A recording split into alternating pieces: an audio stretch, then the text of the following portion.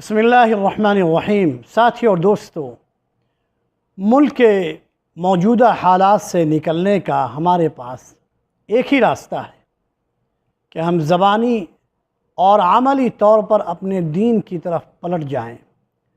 زندگی کے ہر شعبے میں، ہر حصے میں ہم دین کو مقدم اور آگے رکھیں، قرآن و حدیث کو اپنے ہر چھوٹے بڑے معاملات میں حاکم بنائیں اور اسی چیز پر اپنی اولاد کی تربیت کریں۔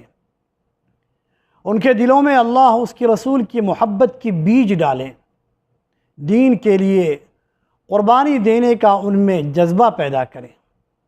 ساتھیو اور دوستو، جو لوگ اپنے اولاد کی اسلامی تربیت کرتے ہیں، اللہ، اس کے رسول کی محبت اور دین کی راہ پر چلنے کی ہمیشہ انہیں ترغیب دیتے رہتے ہیں، بچپن سے ہی ان کے ماحول اور ان کے دوستوں پر نگرانی رکھتے ہیں، ان کے دوستوں پر نگرانی رکھتے ہوئے انہیں برے ماحول اور برے دوستوں کی صحبت سے بچاتے ہیں۔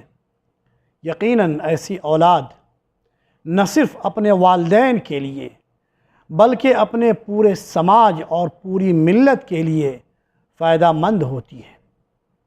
یہ نیک لڑکے کبھی تو ڈائریکٹ اپنے والدین کے لیے مفید ثابت ہوتے ہیں، اور کبھی تو یہ نیک لڑکے دوسروں کے ساتھ حسن سلوک کے نتیجے میں اور ان کی مدد کرنے کی وجہ سے اپنے والدین کے لیے دعا اور نفع کا ذریعہ بنتے ہیں۔ ساتھیو اور دوستو، مسند احمد کی روایت ہے جس کا ترجمہ ہے کہ ایک شخص کا اللہ جنت میں درجے بلند فرماتا ہے، اس کے درجات کو، اس کے مقام کو بلند کرتا ہے، تو وہ اللہ سبحانہ و تعالیٰ سے اس کی وجہ اور اس کا سبب پوچھتا ہے کہ اس کے مقام میں یہ ترقی کیسے آئی۔ اللہ تعالیٰ فرماتا ہے کہ تیری اولاد کی تیرے لیے دعائے مغفرت کی وجہ سے، تیری اولاد نے تیرے لیے جو دعائے مغفرت کیا ہے اس کی وجہ سے تیرے مقام میں یہ ترقی ہوئی ہے، تجھے یہ بلند مقام ملا ہے۔ ساتھیو، اس حدیث پر غور کریں اور دیکھیں کہ کیا آپ واقعی اس قابل ہیں کہ آپ اپنے والدین کے لیے مغفرت کی دعا کرتے رہیں؟ اپنے آپ پر غور کیجیے۔